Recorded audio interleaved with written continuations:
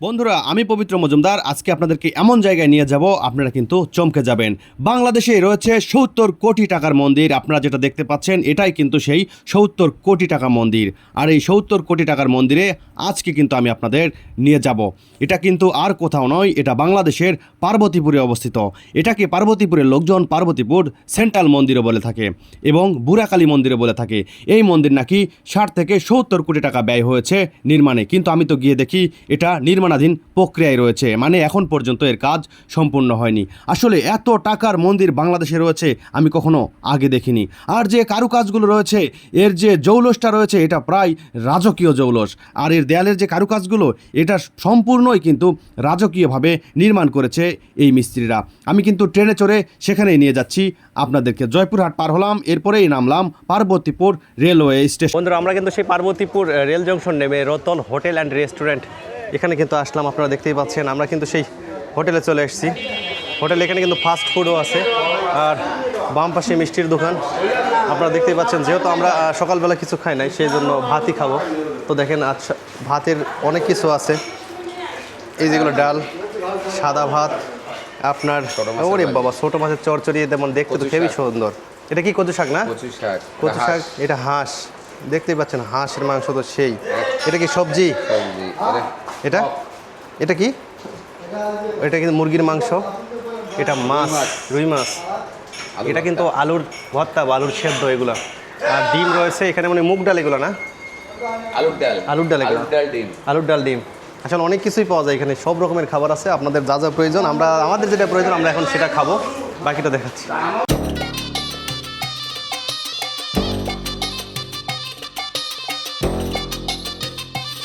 বন্ধুরা, আপনারা দেখতেই পাচ্ছেন আমি কিন্তু এখন যাচ্ছি সেই পার্বতীপুর কালী মন্দিরে। দেখেন আমি সেই ভ্যানে চলে যাচ্ছি, দেখতেই পাচ্ছেন কি সুন্দর ভ্যান। দেখেন এই ভ্যানে উঠে কিন্তু আমি যাচ্ছি। এরকম ভ্যানে আসলে আমি অনেকদিন পর উঠলাম, কারণ আমি যে এলাকায় বসবাস করি, আমার যেখানে বাড়ি সেখানে কিন্তু এরকম কোনো ভ্যান নেই। এটা আসলে আমি মজাই পাচ্ছি এই ভ্যানে উঠে। কিন্তু আমার এখন গন্তব্য এই পার্বতীপুর থেকে কালী মন্দিরে। কালী মন্দিরে গিয়ে আপনাদেরকে দেখাবো। আসলে এটা নাকি মোটামুটি ১০০ কোটি টাকার একটা মন্দির। সেই মন্দির দেখার জন্যই কিন্তু আমি বগুড়া থেকে চলে এসেছি এই পার্বতীপুরে। সেখানে গিয়ে আপনাদেরকে মন্দির দেখানোর চেষ্টা করব। আর এতক্ষণ পর্যন্ত দেখতেই পাচ্ছেন আমি কিন্তু খুব সুন্দর ভ্যানে বসে আছি। দেখেন এই ভ্যানটা আসলে আমার কাছে জোস লাগতেছে। কঠিন ভ্যান, বাপ রে বাপ।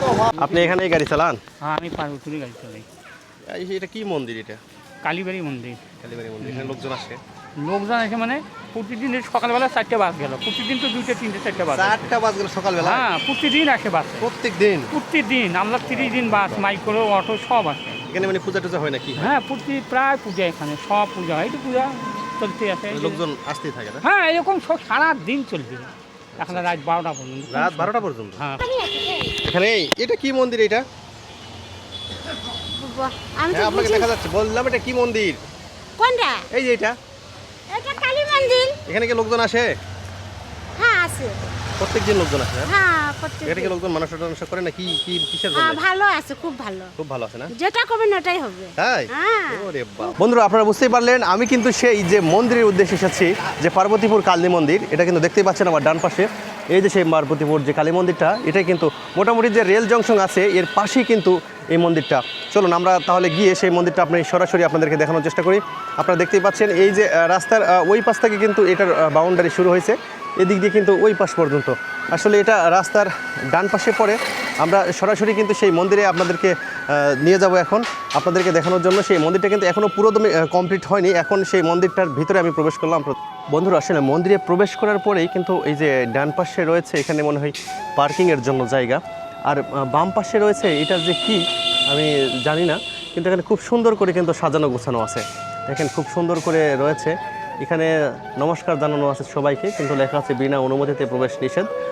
এই পাশে মনে হয় এটা মন্দির কর্তৃপক্ষের অফিস।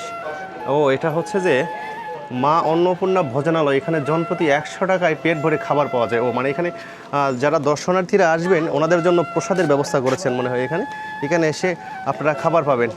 আর এই যে পাশে দেখতে পাচ্ছেন এই যে লোক কিন্তু আবার চলে আসলো এখানে। আপনারা দেখতে পাচ্ছেন এই টমটমে করে কিন্তু লোকজন আসছে। মানে আমরা যখন আসলাম তারপরেই কিন্তু এখানে দেখতে পাচ্ছি যে লোকজন একের পর এক আসতেই আসছে। আর এখানে দেখেন কত সুন্দর করে কিন্তু সাজানো রয়েছে। আর এখানে রয়েছে কিন্তু এই যে শিব, মানে দেবাদিদেব মহাদেবের যে বিগ্রহ, এটা কিন্তু খুব সুন্দর করে এখানে নির্মাণ করা আছে, আপনারা দেখতেই পাচ্ছেন। দেখেন, আর এখানে কিন্তু বোতল দিয়ে সুন্দর করে লাইটিং করা আছে। বিশেষ করে এটা যেহেতু দিনের বেলা এটা এত ভালো দেখা যাচ্ছে না, কিন্তু যখন রাতের বেলা এটা লাইটিং হবে এই সময় কিন্তু এই বট গাছটা খুব সুন্দর দেখাবে। দেখেন খুবই সুন্দর। আর এই বট গাছটা কিন্তু এই যে লতা ছাড়ছে, দেখতে পাচ্ছেন লতা, এই লতাটা যখন আসলে বড় হবে, গাছটা তখন আরও বড় হবে, তখন মাটিতে যাবে, তখন কিন্তু শিকড় দিয়ে বড় বিস্তার আকার ধারণ করবে। আর এখানে দেখেন পাথরে কত সুন্দর করে কিন্তু রং করে এক এক রকম মূর্তির আকৃতি করে রং করা আছে, দেখতে পাচ্ছেন। এখানে মনে হয় পূজা দিয়েছে, পূজার ফুল আছে। এটাও কিন্তু সেই বটগাছ, বটগাছের মাথাটা মনে হয় যে কোনো কারণে ভেঙে গিয়েছে, কিন্তু নিচের অংশটা ঠিক আছে। এটা মনে হয় কালী মন্দির বা শিব মন্দির এটা। কিন্তু এখানে জবা ফুল দিয়েও পূজা করা হয়েছে। এখানে কিন্তু 1 2 3 4 5টা মূর্তির 5টা দেবতার ছবি আঁকা রয়েছে। একটা কালী দেবতা, আর একটা দুর্গা দেবতা, আর একটা মনে হয় এটা অসুরের ছবি দেওয়া আছে, আর এটা শিব। মনে হয় এটা দুর্গা মন্দিরের আকৃতি করে খুব সুন্দর করে বানানো হয়েছে। আর এই যে দেখতে পাচ্ছেন মন্দিরের অংশটা, এটা কিন্তু অনেক বড় এলাকা জুড়ে এই মন্দিরটা নির্মাণ করেছে। আর এই ডান পাশে যেটা দেখতে পাচ্ছেন, এটা কিন্তু কবুতরের বাসা, কবুতরও কিন্তু এখানে পালন করা হয়েছে মন্দিরে। দেখেন এই কত সুন্দর করে উড়ে গেল, দেখছেন? দেখেন কবুতর কিন্তু উপরে রয়েছে, কবুতরকে খাবার দেওয়া হয়েছে ওখানে। আর এই পাশে সমস্ত এলাকা জুড়ে কিন্তু শুধু জবা ফুলের গাছ, গাঁদা ফুলের গাছ। গাঁদা ফুল কিন্তু এখন পর্যন্ত ফুটে রয়েছে, আর জবা ফুল রয়েছে। আর এটাও কিন্তু একটা ছোট শিব মন্দির। আর এটা কিন্তু সেই কালী মন্দির, যে কালী মন্দিরকে উদ্দেশ্য করে দেখার জন্য এত দূর থেকে আমরা এসেছি, এটাই কিন্তু সেই কালী মন্দির। কোথা থেকে আসছেন দিদি ভাই? আমরা তো আসছি এর থেকে, গোবিন্দগঞ্জ থেকে। কিন্তু গোবিন্দগঞ্জ এখানে থেকে থাকি। আসছেন? ওখানে তো আপনাদের বড় মন্দির আছে। হ্যাঁ, আমার হাজবেন্ড এখানে চাকরি করে তো, ও আচ্ছা আচ্ছা। ওই জন্য আমরা এখানে আচ্ছা, এখানে আসলাম। আজকে কি উপলক্ষে এসেছেন? অক্ষয় তৃতীয়া অনুষ্ঠান। ও আচ্ছা আচ্ছা, এর মানেটা কি? মানে মানে যেমন একাদশী বা দ্বাদশী, এগুলো হ্যাঁ, হ্যাঁ। এটা এরকম কি? এটা অক্ষয় তৃতীয়া, আজকের দিনে যা কিছু করা যাবে, যাদের কাউকে অন্ন বস্ত্র বিলাই আমরা, ওটা অক্ষয় হয়ে থাকবে আমাদের। শাখা সিঁদুর যে যায় কি দিতে পারে, বা তার ঠাকুরের চরণ যদি আমরা পূজা অর্চনা করতে পারি, এটাই আর কি। মানে এটা মঙ্গল কামনা। মঙ্গল কামনার জন্য আর কি কি। মানুষটা করছিলেন নাকি আজকে বিশেষ দিন জন্য আসলেন? বিশেষ দিন দেখে আসছি, এমনি তো আসি আমরা। দাদা ভাই এখানে থাকে? হ্যাঁ। এই জন্য আপনি আজকে হ্যাঁ, এখানে এখানে আসছেন। কে কে আসছেন? আমি আর আমার ছেলে এখানে আসছি, আমার পাশের দিদি আসছে। বন্ধুরা, আমি কিন্তু এখন সেই 50 কোটির মন্দিরের ওপরে যে আপনাদেরকে দেখানোর চেষ্টা করব, যে আসলে নিচে আমি আপনাদেরকে দেখালাম ওপরে কী রকম। আপনারা দেখতেই পাচ্ছেন এটা কিন্তু সবেমাত্র নির্মাণাধীন অবস্থায় রয়েছে, মানে নির্মাণ কাজ চলতেছে। এই যে দেখেন এসএস পাইপ দিয়ে সব কিছুগুলো ঘিরে দিয়েছে, কিন্তু এগুলোই এখনও পর্যন্ত এগুলো সম্পূর্ণরূপে কমপ্লিট হয়নি। তবে চেষ্টা করতেছেন, কর্তৃপক্ষ কিন্তু দ্রুত কাজ চালিয়ে নিয়ে যাচ্ছেন। এখন পর্যন্ত কিন্তু এটা 5 বছর যাবত এই কাজ চলতেছে, এখনও 3 বছর পরে এটা সম্পূর্ণ হবে বলে আশা করতেছে এখানকার মিস্ত্রিরা। আর কর্তৃপক্ষ আরও কতদিন যে সময় লাগবে এটা কিন্তু আসলে বলতেই পারেনি। আমি উপর থেকে আপনাদেরকে একটু দেখানোর চেষ্টা করলাম, আর এখান থেকে আপনাদেরকে দেখাই। দেখেন, ওয়াও, সেই আপনারা দেখতেই পাচ্ছেন ঠিক রাজবাড়িতে যেরকম থাকে ঠিক সেই রকমই কিন্তু এখানেও রয়েছে। এই কারুকাজগুলো ঠিক আমি পুরানো রাজবাড়িতে গেলে যেরকম দেখতে পাই ঠিক সেই রকম করেই কিন্তু এখানেও নির্মাণ করা হয়েছে। বন্ধুরা, আসলেই যে এটা অনেকে বলতেছে 70 কোটি বা 50 কোটি, এটা কিন্তু অবিশ্বাস্য না, এটা কিন্তু বিশ্বাস্য কথা। দেখেন উপরে কত সুন্দর করে দেবদেবীর যে সনাতন ধর্মের যে দেবতা রয়েছে তাদের কিন্তু সুন্দর করে নির্মাণ করা হয়েছে উপরে। দেখেন, দেখতে পাচ্ছেন? দেখেন সব সাইডেই রয়েছে, পুরো এলাকা জুড়ে, কিন্তু পুরো এলাকা জুড়ে। আর এই পাশে ওই কোনো কর্নারে যেগুলো রয়েছে ওটা কিন্তু শিবলিঙ্গ করা হয়েছে, 4 কোণে 4টা, 1 2 3। আর আমার পাশে আছে ওই যে উপরে এই 4টা কিন্তু এখানে করা আছে, দেখতে পাচ্ছেন? হ্যাঁ, আমার ছেলে SSC পরীক্ষা দেবে। হ্যাঁ, আচ্ছা, আজকে আপনি কি কারণে এখানে আসলেন যদি একটু জানাতেন? আমি পূজা দিলাম যেন ভগবান ভালোই হলো আমার ছেলেকে যেন করে, এই কারণে কি করে বলেন তো? ভালোভাবে যেন পাশ করে। আপনারা সবাই আশীর্বাদ করবেন আমার ছেলের যেন ভালো হয়। করবো, কিন্তু হ্যাঁ, যদি আপনার ছেলে ভালো লেখাপড়া না করে তাহলে আমি আশীর্বাদ করলে কি হবে? আমি তো করব। হবে, আমার ছেলে ভালো। আপনার ছেলে ভালো? মানুষেরও দোয়ার দরকার আছে, উপরওয়ালার দোয়ার দরকার আছে, সবাইরই আছে, আপনারা সবাই করবেন। তো আমি কাকুর কাছ থেকে শুনলাম যে আপনি অনেক রকমের প্রসাদ নিয়ে আসছেন আজকে এই মন্দিরে, হ্যাঁ। মানে ছেলের শুভকামনার জন্য। হ্যাঁ। তো ধরেন আপনার ছেলে জিপিএ 5 পেয়ে গেছে, হ্যাঁ। তখন আপনি কি কি নিয়ে আসবেন যদি একটু বলতেন? তখন হ্যাঁ, আগে পাক, না, তারপরে অবশ্যই পাবে। আমি আঙ্কেলের নাম্বার নিব, এসএসসি যেদিন রেজাল্ট হবে সেদিন আপনাকে ফোন হ্যাঁ, করব। ঠিক আছে। আমার ছেলে যেমন আমি প্রথমে মানত করছিলাম, বলে যে আমার ছেলে ভালো ভার্সিটিতে যদি চান্স পায় আমি ভোগ দিয়ে যাব। হ্যাঁ। তো আমার ছেলে ভগবান দেয় ভালো জগন্নাথ ভার্সিটিতে চান্স পেয়েছে অ্যাকাউন্টিংয়ে, তখন আমি আজকে ভোগ দিয়ে গেলাম। আবার পরীক্ষা ছোট ছেলের জন্য আশীর্বাদ করে ও মানে বড় চাইলাম। ছেলে জগন্নাথ বিশ্ববিদ্যালয়ে চলে গেছে, হ্যাঁ আর দ্বিতীয় ছেলে এসএসসি পরীক্ষা আগামী দেবে, কাল হ্যাঁ, থেকে, হ্যাঁ। এই জন্য আবার মানুষা করছেন। হ্যাঁ এই জন্য। ও তাহলে তো খুব ভালো মানুষা করছেন। হ্যাঁ কিন্তু আপনি কিন্তু এই প্রশ্নের উত্তর দিলেন না যে যদি ভালো রেজাল্ট হয় বড়টার মতো, হ্যাঁ। তাহলে আপনি কি প্রসাদ নিয়ে আসবেন এখানে? তাই হ্যাঁ। আবার সাবেক ভোট দেবো। আবার ভোট সাবেক? দেবো, হ্যাঁ। আচ্ছা ধন্যবাদ। ধন্যবাদ আপনাকেও। কাকু তো হাসা খুশি আপনি। তা ঠিক আছে।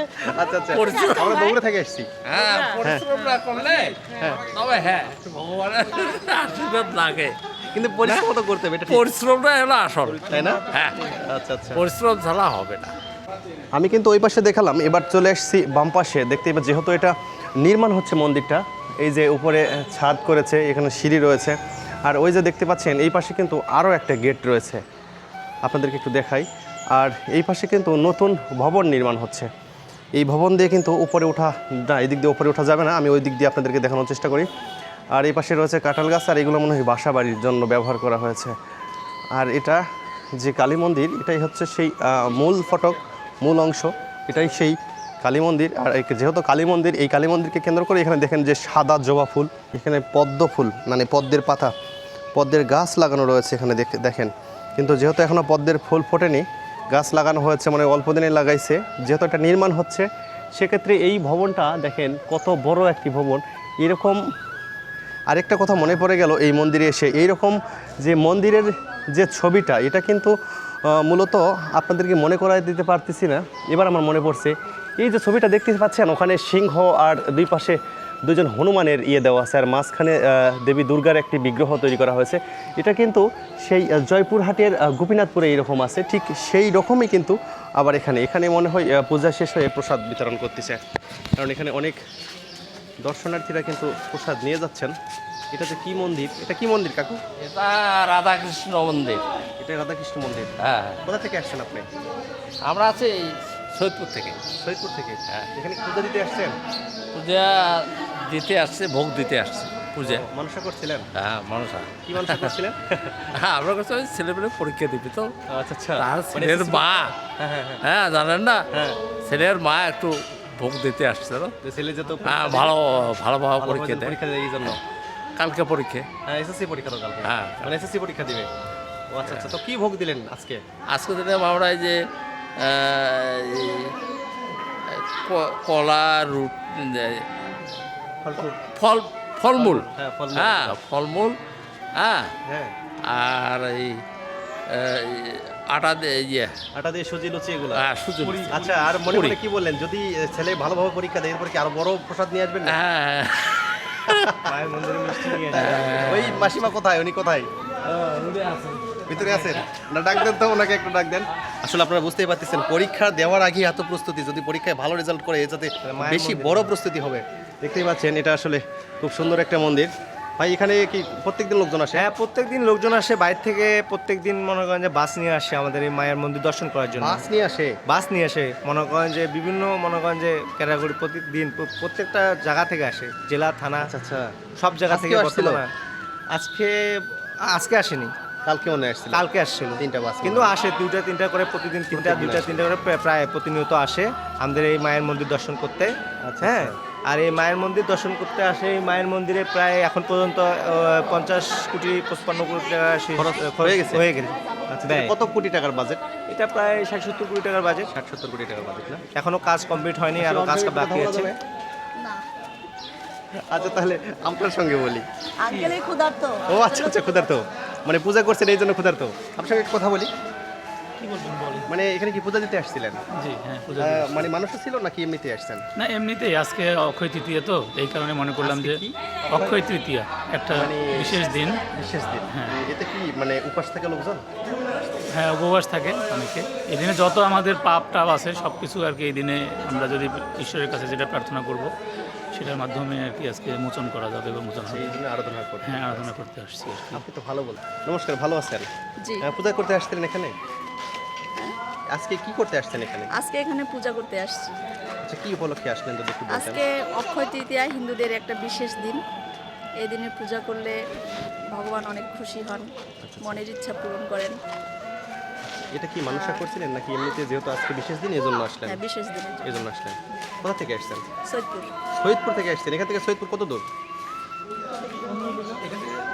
10 কিলো। 10 কিলো। তাহলে তো বেশি দূর না। না বেশি। আচ্ছা, ধন্যবাদ। এটা হচ্ছে যে এখানে কি কেউ মানসা করে? হ্যাঁ মানে মানসা করলে মনোবাসনা করে? হ্যাঁ মনোবাসনা অবশ্যই। মা মানে জগৎজননী দুর্গতি নাশিনী ঈশ্বরেশ্বরী সর্বমঙ্গলময়ী, হ্যাঁ ইনি হলেন জগৎজননী মা। আমরা এ পর্যন্ত এক ভদ্রলোক ছিলেন অবদার আড়ি, 18 বছর বিয়ে হয়েছে, ওনার সন্তান হয় না, মানত করার তখন মায়ের মন্দিরেই ছিল, এই রাধাগোবিন্দ মন্দির, এখানে মাটির মন্দির ছিল। ভদ্রলোক মানত করে যায়, মানত করে যাওয়ার পরে ওনার বাচ্চা আসে, তারপরে উনি এসে আমাদের মায়ের পুজো দেয়। সেই সময় হ্যাঁ মায়ের একটা চেনের লকেট দিয়ে, এখানকার কমিটি ছিল বিগত দিনের কমিটি, ধুমধাম করে পর্যায়ক্রমে ওনার প্রথম ছেলে, পরে একটু মেয়ে হয়। এইভাবে এই পর্যন্ত 8 থেকে 10টা মানে ইতিহাস পাওয়া গেছে। হ্যাঁ, মানে এখানে মানত করার পরে যারা মানত করার পর তারা মানে আপনি একদম নিজের চোখে দেখাই? হ্যাঁ না, আমার হাত দিয়েই পূজা হয়েছে। আপনার হাতেই পূজা? আমি তখন 48 বছর পুরোহিত। 48 বছর এই মন্দিরে? 48 বছর পুরোহিত হিসেবে আছে। 48 বছরের মধ্যে এই যে হাতে গোনা 8-10টা, এটা একদম আপনার হাতে? একদম। এবং এরা বাচ্চা কাচ্চা নিয়ে এসে এখানে পুজো দেয়।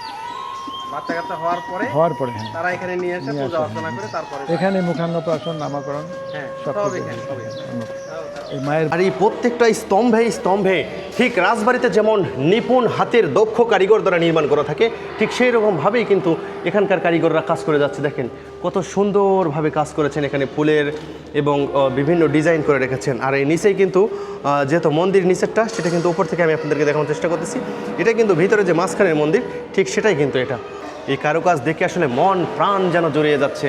এখানে ময়ূর রয়েছে, এখানে বড় ময়ূর, ওখানে ছোট ময়ূর, আর সুন্দর করে দেয়ালগুলোতে এত সুন্দর করে ডিজাইন করা আছে। দেয়ালের ভিতরে কিন্তু আরও সুন্দর। দেখেন এর ভিতরে একবার দেখতে পাচ্ছেন, আমি আপনাদেরকে একটু ঘুরিয়ে ঘুরিয়ে দেখানোর চেষ্টা করি। এটা ঠিক পদ্মের পাতায় যে পদ্ম ফুলটা থাকে সেই ডিজাইন করাই কিন্তু রয়েছে উপরে। এটা কিন্তু শুধু একটা না, 2টা আছে।